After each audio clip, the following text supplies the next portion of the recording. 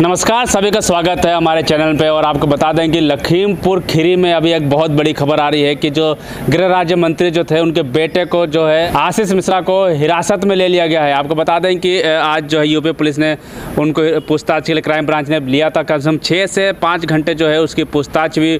उसके बाद जो है अब हिरासत में ले लिया गया है और आपको बता दें कि मजिस्ट्रेट के सामने जो है उसकी पेशी होगी। तमाम जो है इस केस में नए नए मोड़ खुलते हुए आ रहे हैं। शुरुआत की बात करें तो शुरुआत में जहाँ गृह मंत्री मंत्री जो अमित शाह से मुलाकात की और साफ तौर पर उन्होंने कहा था कि मेरा बेटा वहां पे मौजूद ही नहीं था। और आज जो बड़ी खबर जिस तरीके से यूपी पुलिस ने गिरफ्तारी की, हिरासत में लिया है, पूछताछ किया है। हालांकि गृह मंत्री जो यूपी के सीएम है योगी आदित्यनाथ, उन्होंने साफ तौर पर कहा है कि आरोप के बेस में किसी को गिरफ्तार नहीं कर सकते। तो इन सब मुद्दों पे बात करने के लिए हमारे ग्राउंड रिपोर्टर जो हैं विवेक यादव हमारे साथ मौजूद हैं। विवेक यादव, कैसे देखते हैं इस केस को?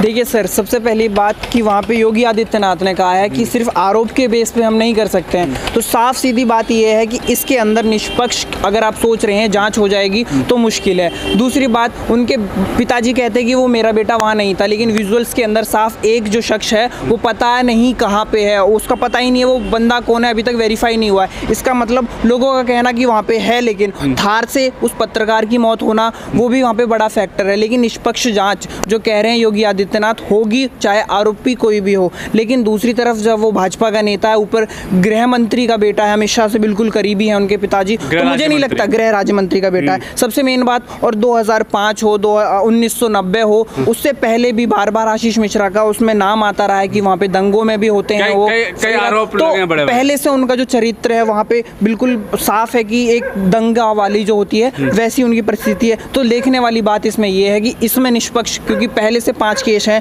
बड़े, आज तक जैसे चैनल पे उनको सब दिखाया गया कि इतना पुराना उनका हिस्ट्री शीटर वाला वहाँ पे भाजपा की तरफ से वहाँ पे पहले से माहौल बना पड़ा है। तो मुझे नहीं लगता कि इस तरह जांच हो जाएगी। लेकिन सबसे मेन बात यह, क्योंकि आशीष मिश्रा पे भी पहले काफ़ी केस हैं, 2015 में भी केस हैं। तो देखने वाली बात है कि पहले इतने जब केस हैं उसके बाद ये पहले वाले जो हैं वो खुल के आए, तब जब मामला समझ आएगा। साफ तौर पे जिस तरीके से किसान नेता हों या फिर जो बुद्धिजीवी है, विपक्षी पार्टी, आज प्रियंका गांधी ने भी सुबह सुबह कहा था कि मुआवजा नहीं चाहिए, क्योंकि मुआवजा बड़ी चीज़ नहीं है, आरोपी गिरफ्तार होना चाहिए और दोषियों को सजा मिले, चाहे दोषी कोई भी हो। तो एक बड़ा सवाल लगातार उठ रहा है, क्योंकि जिस तरीके से गृह राज्य मंत्री के बेटे पे बड़ा आरोप लगा है और लोग ये कह रहे हैं कि निष्पक्ष जांच होगी कि नहीं होगी, क्योंकि सीबीआई जांच के लिए भी मना की, क्योंकि सीबीआई जांच भी गृह मंत्री के अंडर में आती है, तो इसके लिए भी किसान नहीं है। तो आप जो है यूपी पुलिस ने जांच की है, मजिस्ट्रेट के सामने पेश किया जाएगा। प्रेशर जो आया है वो इसलिए आया क्योंकि राकेश टिकैत ने कहा अगर ऐसा नहीं होता है तो हम और बड़ा आंदोलन करेंगे। तो ये बड़ा फैक्टर है। ऊपर से जो वहाँ की जनता है उन्हें भी मालूम है उनका बैकग्राउंड क्या है। उसके बाद जब सुप्रीम कोर्ट ने दखल दिया कि हम संतुष्ट नहीं है, तो ये वाला जो फैक्टर है इससे थोड़ा सा प्रेशर बना। लेकिन पहली बात, जैसे होता है ना, कोई नॉर्मल बंदे पे अगर 302 का मुकदमा लगता तो रात का 1 घंटे के अंदर वो पेश हो जाता। लेकिन इतना बार बार नोटिस देने के बाद अगर इस तरह कोई पेश होता तो आप समझ सकते हो कि पक्ष किधर है। और बार बार योगी आदित्यनाथ जब सपोर्ट कर रहे हैं, ऊपर से भाजपा जो केंद्र मंत्री हैं, अमित शाह हो, मोदी जी हो, अभी तक किसी ने इस बात में कुछ नहीं बोला है। तो ऐसे में आप कैसे समझ सकते हैं कि पहले ही निष्पक्ष जांच हो जाएगी? ठीक है, उसके बाद भी मुकदमा अगर हो भी जाता है, वहाँ बैठ भी जाते हैं, तो केस चलते रहेंगे, जो होना चाहिए कार्रवाई वो नहीं होगी। इस्तीफा की जो मांग बार बार किसान कर रहे हैं, तो मुझे लगता है ये मामला और तूल पकड़ेगा। विपक्ष के नेताओं को कहा जा रहा है कि आप क्यों जा रहे हो, नंबर बनाने जा रहे हो, सभी वहाँ पे जुट, लेकिन नरसंहार होना, आप इस चीज़ को भी तो देखिए, ये बहुत बड़ी बात है। ऊपर से चुनाव और है, चुनाव है, यूपी में चुनाव है। और किसानों की जो 3 बड़ी मांगे हैं कि पहला मांग यह है कि आरोपी की गिरफ्तारी हो, दूसरी मांग यह है कि 12 तारीख तक का जो है 12 अक्टूबर तक का टाइम दिया है और कहा है कि अगर ये गृह राज्य मंत्री का इस्तीफा नहीं होता है तो आज ही प्रेस कॉन्फ्रेंस किया है। प्रेस क्लब में किसानों ने, राकेश टिकैत थे और भी बड़े नेता थे, योगेंद्र यादव थे और कई बड़े नेता थे, उन्होंने कहा है कि साफ तौर पे जो है कि हमारा जो रेल बंद करने का भी है कि 18 तारीख को रेल भी बंद करेंगे।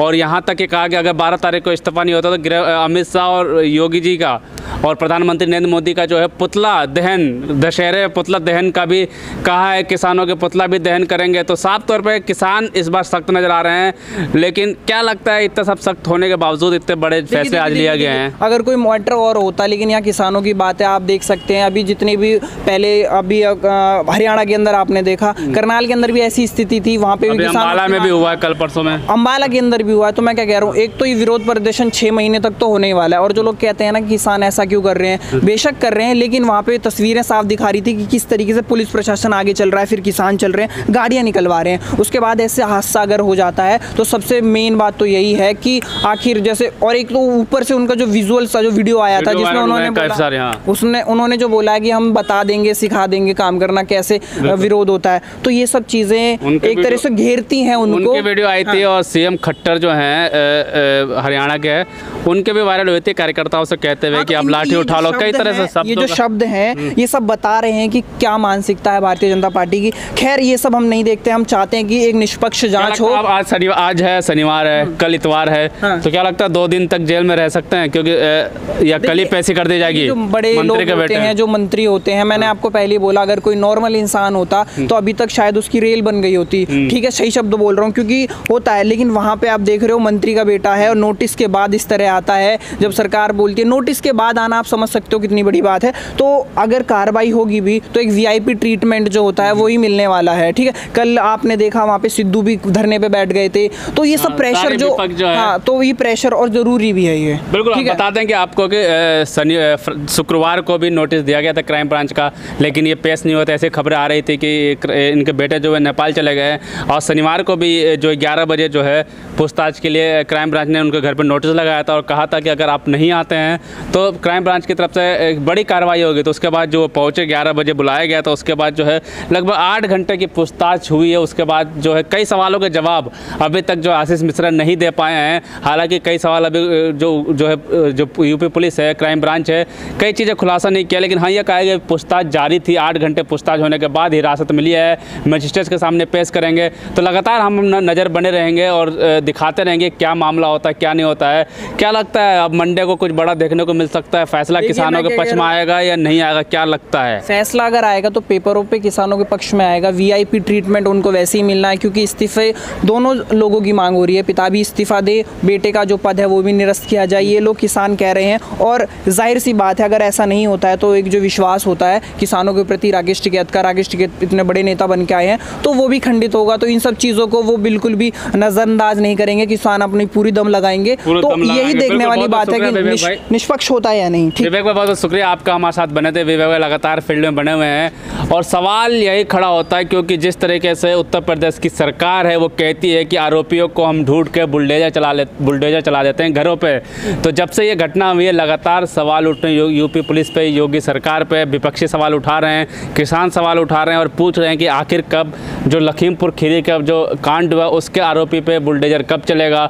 हालांकि एक बड़ा जब बयान आया योगी जी का तो लोगों में गुस्सा भी था कि आरोपी के बच में आरोप होने पर किसी को गिरफ्तार नहीं कर सकते। लगातार जो सवाल है कि क्या अब जो है मजिस्ट्रेट के सामने पेश किया जाएगा तो जो भी आरोपी है उसको जो भी आरोपी है उसको सज़ा मिलेगी, या गृह मंत्री राज्य मंत्री का होने के बावजूद जो है उनको बड़ी सारी छूट दी जाएगी क्योंकि बहुत दिनों बाद गिरफ्तार हुए हैं।